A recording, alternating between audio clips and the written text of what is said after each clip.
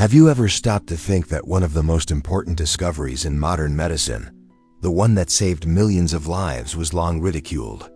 That the man behind this revolutionary idea was called crazy, dismissed from the very hospital where he worked, and died ignored by the community that swore to protect life.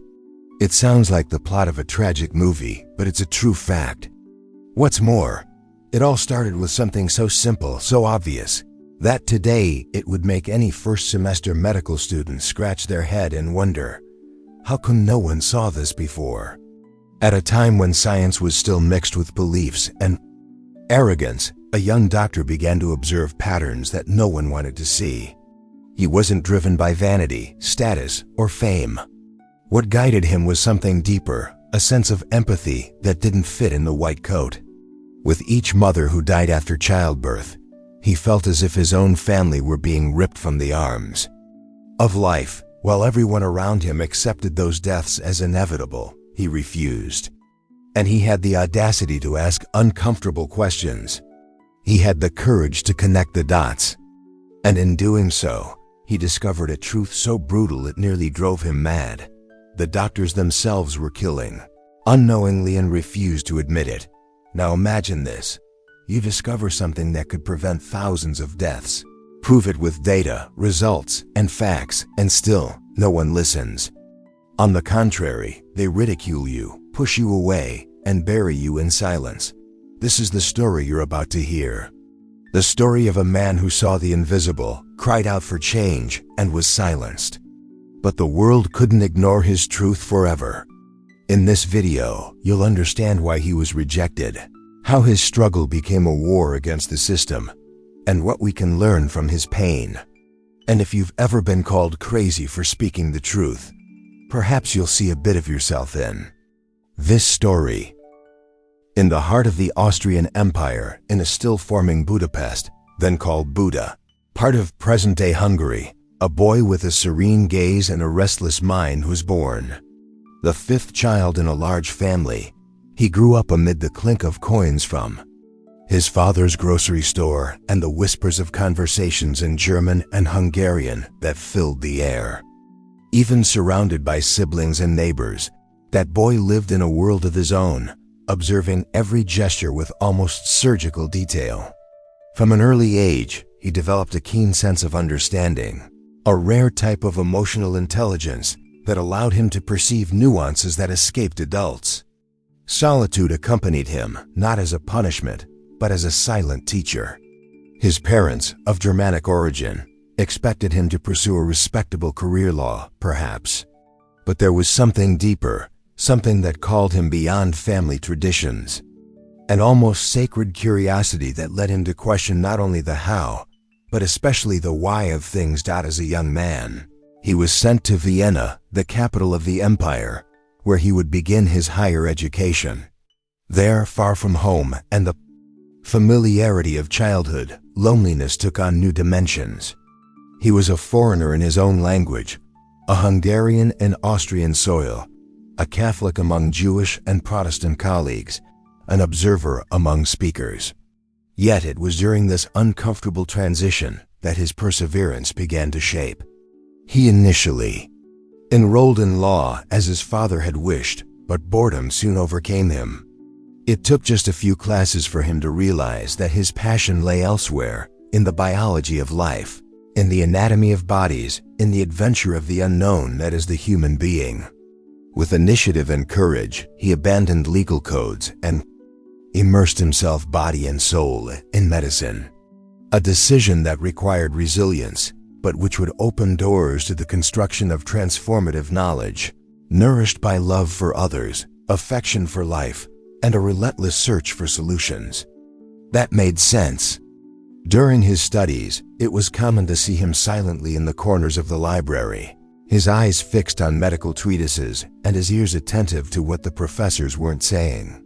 He wasn't the most talkative in the class nor the most charismatic, but his perspicacity drew attention. He always asked the uncomfortable questions, the ones no one dared ask. There was a latent desire within him to understand, to penetrate the deepest layers of the human condition. He was inspired by Hippocrates, Galen, and Paracelsus, but he also questioned the rigid medical traditions that repeated procedures without reflection. He harbored a silent hope that medicine should not just treat bodies, but save souls, and for that, more than formulas and scalpels were needed. What was needed was humility, collaboration, respect, a kind of love that expresses itself in detail, in prevention, in invisible care. And so, among books, corpses, and outdated theories, a restlessness was born that still had no name, but which already prepared him to challenge the world, even if no one was ready to hear him. Upon securing a position as an assistant in the renowned maternity ward of Vienna General Hospital, he believed he was taking a step toward realizing every young doctor's dream, saving lives. But just a few days inside that imposing institution, the romanticism evaporated like vapor on a cold day. The corridors, which should have echoed with smiles and the first cries of newborns, were permeated by a funereal silence and empty stares. The medical ward, where he would work directly, was known among the laboring women as the death ward. And it was no wonder. The mortality rates there were devastating. Women arrived full of hope and left lifeless, victims of the dreaded puerperal fever. A common diagnosis, but a cause no one seemed to understand. Something was deeply wrong there, and no one seemed willing to investigate. Routine had swallowed up sensitivity.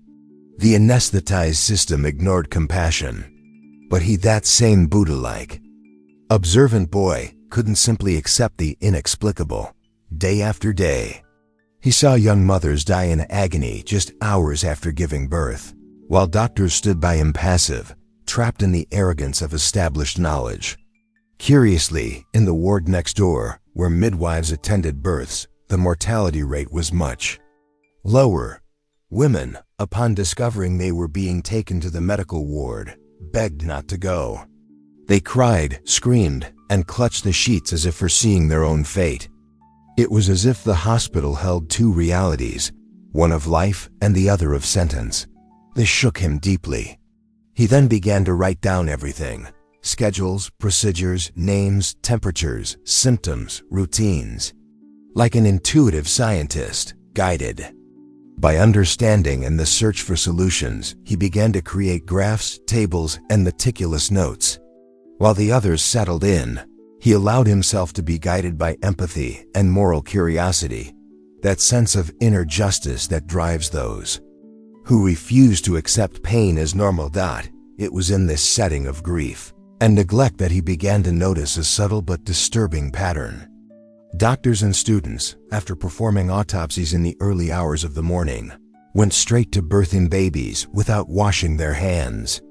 They touched corpses and minutes later, the wombs of living women, without even considering that there might be an invisible bridge to death. This caused him a mixture of indignation and terror. How did no one notice? How did no one question? Institutional pride, medical vanity, and a lack of emotional intelligence turned that hospital into a minefield. It was easier to blame bad air or the women's fragility than to admit a basic human error. But he had no room for fear. There was no time for insecurities. Armed with courage, he decided he needed to investigate further. And little did he know that the answer would come in the form of tragedy, the death of a beloved colleague, who would hold the key to everything he was about to discover. It was on one of those cloudy days, when the air carried an almost palpable tension, that fate offered him a clue shrouded in pain. One of the hospital's most respected doctors, a professor admired by all, died suddenly and tragically. But it was no ordinary death. The man had cut himself during an autopsy, and shortly thereafter presented the same symptoms that so many mothers had been experiencing before their deaths: intense fever, generalized infection, rapid and irreversible decline. That triggered a signal in the young doctor's mind. The similarity was no coincidence. For the first time, he dared to make a radical connection, that perhaps there was something contaminating the bodies, being transmitted from the autopsies to the women in labor. A frighteningly simple logic, but one that no one before had had the humility and courage to consider. Wisdom is not always born of formal knowledge.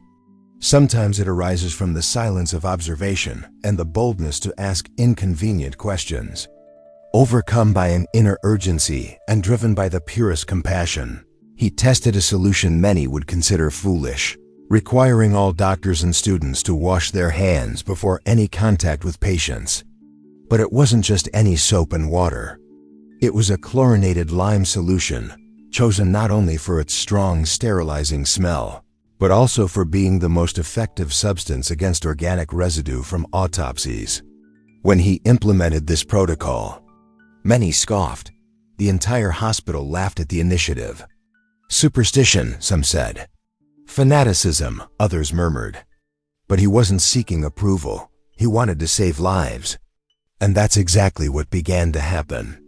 Mortality rates plummeted so drastically that, for a moment, everyone fell silent. What seemed like a miracle was, in fact, the result of a simple act, but one filled with love, intelligence, and a sense of responsibility. A choice that revealed the immense power of kindness applied with science and courage. However, as so often happens with those who dare to challenge the status quo, his success soon began to bother them. Many colleagues began to see him as a threat, not because of the numbers, but because of what those numbers implied. Admitting that simple hand-washing could save lives meant acknowledging that, until then, they had been killing unknowingly or worse, through carelessness. Pride prevailed over logic. Emotional arguments overcame the data. And he, driven by fierce honesty and unwavering altruism, began to insist, to write letters, to beg for change. But the more he persisted, the more isolated he became. And even with the truth in his hands, a clear, visible truth, with evidence and graphs, he began to realize that human resistance isn't always based on ignorance, but on vanity. Still, he wouldn't give up, because those driven by true love for life don't back down in the face of rejection. And his fight, at that moment, was just beginning. It was with a soul full of hope and a conviction fueled by concrete results that he presented his findings to the Vienna medical community. He expected applause, gratitude, perhaps even some form of reconciliation between tradition and innovation. But what he received was silence, derision, and closing doors. The hand-washing protocol, which was already drastically reducing deaths in the ward he oversaw, was seen not as a solution, but as an affront. The veteran doctors, many of them with prestige and years of experience, felt personally attacked. The idea that they might be carrying death in their own hands hurt their pride more than any logical argument. And so what should have been a collective movement for salvation became a silent war. Fueled by vanity, fear, and insecurity, he attempted to engage in dialogue. Respectfully, he presented statistics, comparisons, and documents. He demonstrated that in just a few months, deaths had fallen from 18% to less than 2%. That the only significant variable was the use of the chlorinated lime solution. But none of this seemed enough. The evidence was treated as coincidence. His letters were ignored, his warnings ridiculed. Some colleagues began to sabotage him covertly, others blatantly. At academic meetings, his speech was interrupted, his presence barely tolerated. Rumors began to circulate about his temperament, his obsession, his lack of balance. Little by little, wisdom was overshadowed by institutional arrogance. Resistance to change was not just technical. It was emotional, a profound inability to deal with the idea that error came from within, not from without. And he, no matter how hard he tried to maintain humility, felt the burden of isolation growing with each passing day. But he did not back down. On the contrary, his voice grew more intense, his letters more emphatic, his appeal more direct. He even called his colleagues murderers, not out of anger, but out of desperation. It was the voice of compassion crying out for justice. With each mother who died needlessly, He felt as if a part of him was being ripped away. The pain consumed him, but it also strengthened him. The courage he demonstrated in carrying on, even when everyone turned against him, was the result not of pride, but of a deep faith in the truth he held. He still believed in the power of kindness. He still felt gratitude for science, still harbored the confidence that someone, at some point, would listen. And even if the price was high, he was willing to pay it. For to him, the life of a mother, any mother, was worth more than any recognition or position. And while his peers treated him like a lunatic, he continued, silently, planting the seeds of a revolution that would change the world. With each door that closed, something inside him also broke. It wasn't just the isolation in the hospital that hurt him, but the indifference of a system that chose to protect pride rather than embrace the truth. Frustration began to overflow in unpredictable ways. The sleepless nights, the dreams interrupted by memories of women dying in agony, the screams echoing in the hallways, all of this began to inhabit the darkest corners of his mind. That childhood solitude, which had once been a source of wisdom and inspiration, now felt like a deep, cold cave. Compassion, which had once moved him gently, now demanded sacrifices. He fought with the strength of an army, but he fought alone. And this weight, no body could bear it without buckling. Amidst the rejection of the medical community, he sought refuge in words. He wrote compulsively, as if each paragraph were an attempt to regain his sanity. In 1861, he published his most important book, The Etiology, Conceptualization, and Prophylaxis of Puerperal Fever, where he gathered all the evidence, statistics, and arguments he had accumulated over the years. But it was too late. The scientific community ignored him. Many already viewed him as unstable. His tone, once calm and respectful, had become fierce, almost desperate. But who can blame him? How many deaths does it take to justify despair? The pain he carried in his chest was the pain of thousands of lives, lost lives that could have been saved by a simple gesture. Wash your hands. Wash your hands, that was it. So simple, so logical, so denied. The intelligence of his discovery wasn't the problem. The problem was the lack of emotional intelligence of his peers, who preferred to remain blind rather than confront his mistakes. And over time, he faded. The invitations ceased, the patience dwindled, the friends disappeared. His mind, once so lucid and innovative, began to show signs of collapse. Episodes of paranoia, outbursts of rage, and memory lapses emerged. His behavior became erratic, and even the few who still respected him began to distance themselves.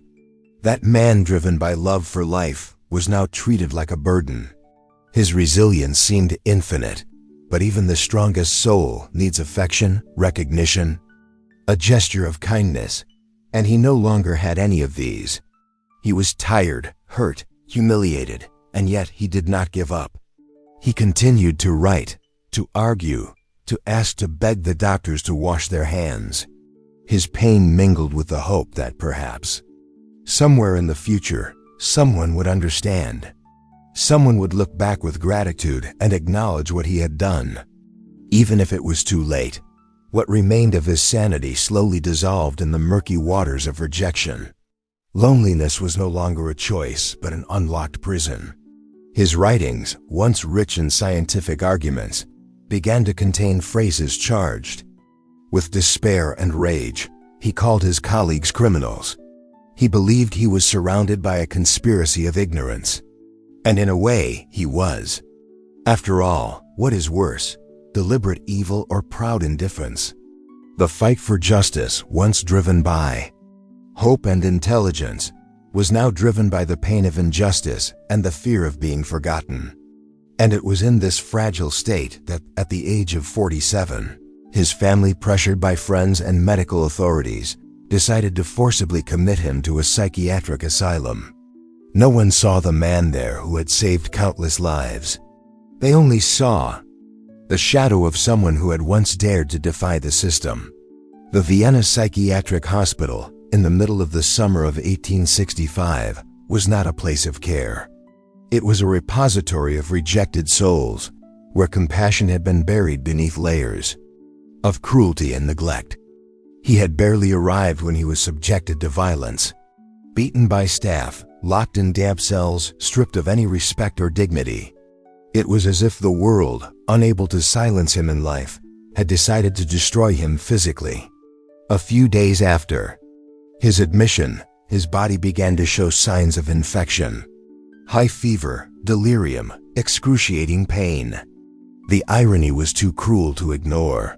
He, who had dedicated his entire existence to fighting puerperal fever, was now dying the same way. A widespread infection, without treatment, without comfort, without love. Death came not as liberation, but as total abandonment. An end that seemed like a condemnation to invisibility. And so the world lost, without realizing it, one of the greatest geniuses in the history of modern medicine. No statues, no tributes, no flowers, buried in a common cemetery. None of the classmates who had ridiculed him attended. No ceremony. No reconciliation. Just silence, the same silence that had accompanied his childhood and marked his struggle. But this silence, over time, would begin to change. For true ideas, even when crushed by vanity, remain alive. They continue to germinate. They continue to grow in the least expected corners. And while his story was buried by oblivion, the truth he had discovered was already beginning to echo elsewhere. It would still take years for it to be truly heard. But it was there, patient, persistent. And the world, though blind for a time, would soon have to open its eyes. It took years, decades, actually, for the medical world to begin to admit what it had already proven in life. The deaths continued, the mistakes were repeated, and time, cruel and just, slowly exposed the truth hidden beneath the arrogance. In the late 19th century, figures like Joseph Lister and Louis Pasteur began to gain notoriety by championing the germ theory and the importance of antisepsis in medical procedures. The irony is that many of these advances had already been anticipated, in essence, by that Hungarian doctor considered mad. But as often happens with visionaries, the world only began to listen when the pain became undeniable, when the numbers became glaring, when the solution wash your hands finally seemed obvious. A simple gesture, but one that carries within it the power of kindness, prevention, and true compassion. Medicine at last began to evolve. Hospitals began adopting hygiene protocols. Surgeries previously conducted without any asepsis became controlled environments. The infection rate plummeted across the European continent. And while applause was given to new figures, that man's name remained forgotten. His face was not in books, his theories were not taught, but his ideas were there, pulsating in every gesture of a doctor who sterilized his hands before touching a patient. It was as if he were present, invisible, guiding medical practice with his silent wisdom. The seed he planted, even crushed by the stones of rejection, found fertile soil in the collective pain of humanity. It was the victory of perseverance, of altruism, of the truth that insists on being born, even when everyone tries to bury it. And yet, something was missing. Recognition, historical affection, gratitude. Human history has a strange habit of glorifying those who were ignored in life, as if that could erase the suffering caused. But that didn't mean his trajectory lost any value. On the contrary, it became a symbol of resilience, an eternal lesson in the courage to uphold an idea in the name of something greater than one's own ego. He had been called insane, obsessive, delusional.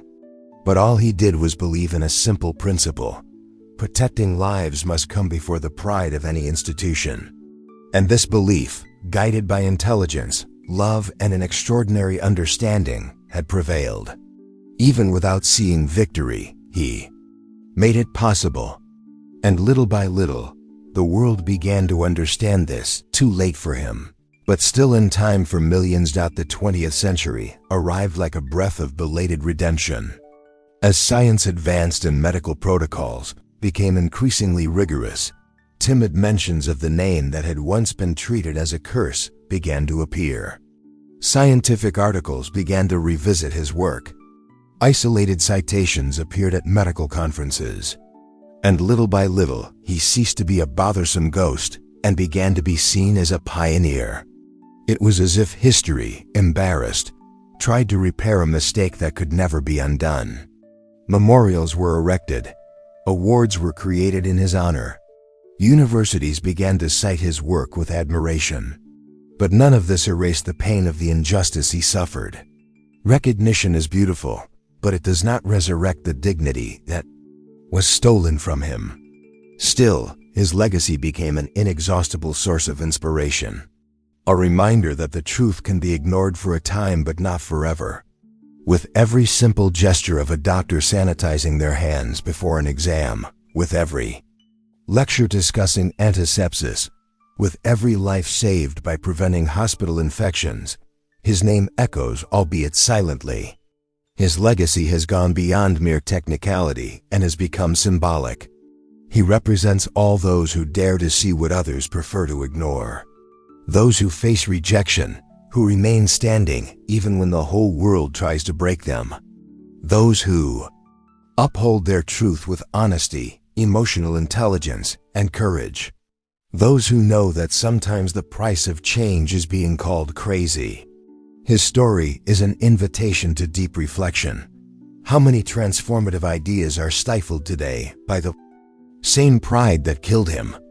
How many lives remain at risk because of resistance to the new?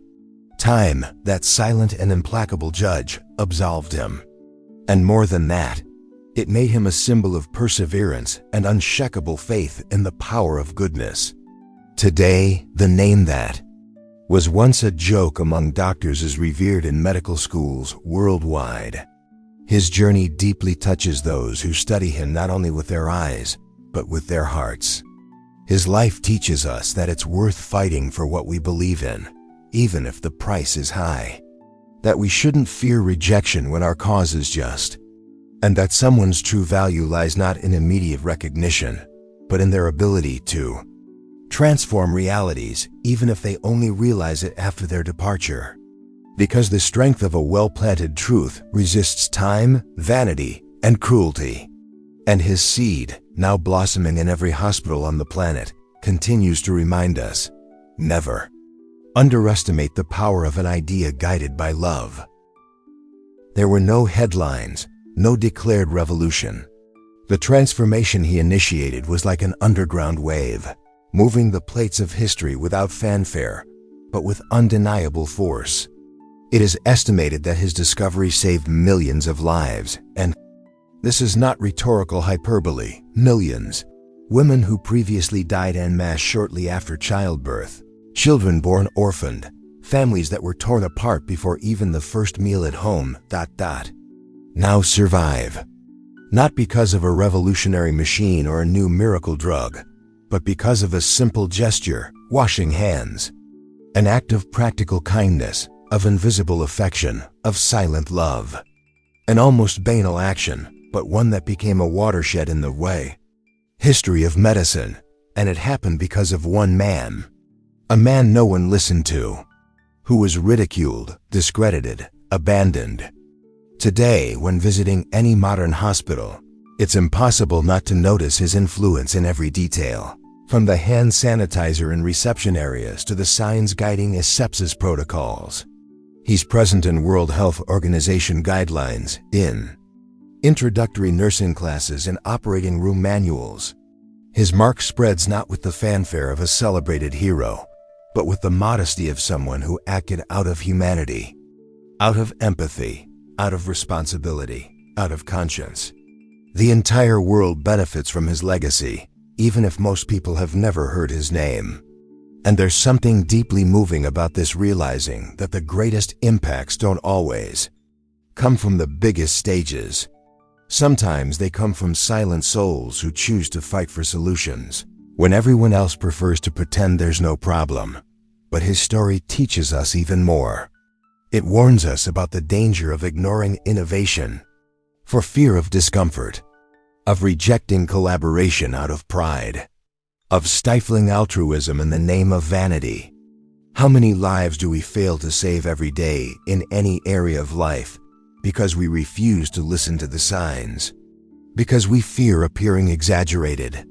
How many ideas die before they're even born because no one wants to play the crazy one this time?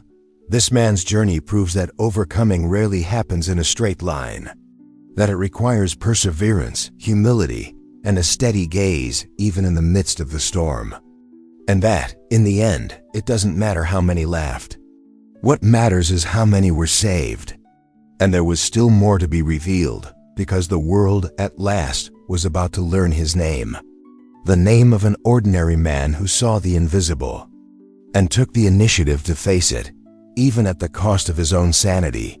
His name was Ignaz Semmelweis, a Hungarian physician born in 1818, who dared to see the invisible and fight against a system that preferred to remain blind. A man of intuitive wisdom who didn't wait for the approval of others to do what was right, who paid with his mental health, his career, his life, for insisting on the truth. He didn't have modern laboratories or cutting-edge technology. What he had was courage, initiative, understanding, and a rare ability to combine clinical intelligence with genuine empathy. He was called crazy, but time called him a genius, a hero, the father of antisepsis, one of the greatest lifesavers in the history of medicine, although he died without hearing a single word of gratitude. Today, remembering his name is more than an act of historical justice. It is an exercise in humanity. Ignaz Semmelweis teaches us that true innovation is rarely comfortable. Defending a new idea requires resilience, honesty, and above all, an unconditional love for life. He shows that it's possible to transform the world with a simple gesture, as long as it's done with intention, purpose, and a heart willing to bear the weight of rejection. His journey invites us to reconsider our own silences, to listen more to those who cry out for change, to be humble in the face of what we don't yet understand, and to recognize that true visionaries are often in the corners of the room, ignored, insisting on truths that still hurt too much to accept. So I ask you, how many times have you kept quiet for fear of seeming exaggerated? How many times have you had an idea but given up for fear of being judged? How many times have you felt deep down that something was wrong but chose not to deal with it? Maybe you're going through exactly this right now. Maybe your struggle is just beginning, in the middle, or perhaps at the same point of pain that Ignaz faced. But know this, every true change begins with a choice. Choosing to see, choosing to act, choosing to persist. Ignaz Semmelweis didn't live to see the world recognize his discovery, but his story is living proof that truth, even when ignored, always finds a way to blossom. And perhaps now, the mission is in your hands. Now that you know the story of Ignaz Semmelweis, stop and think.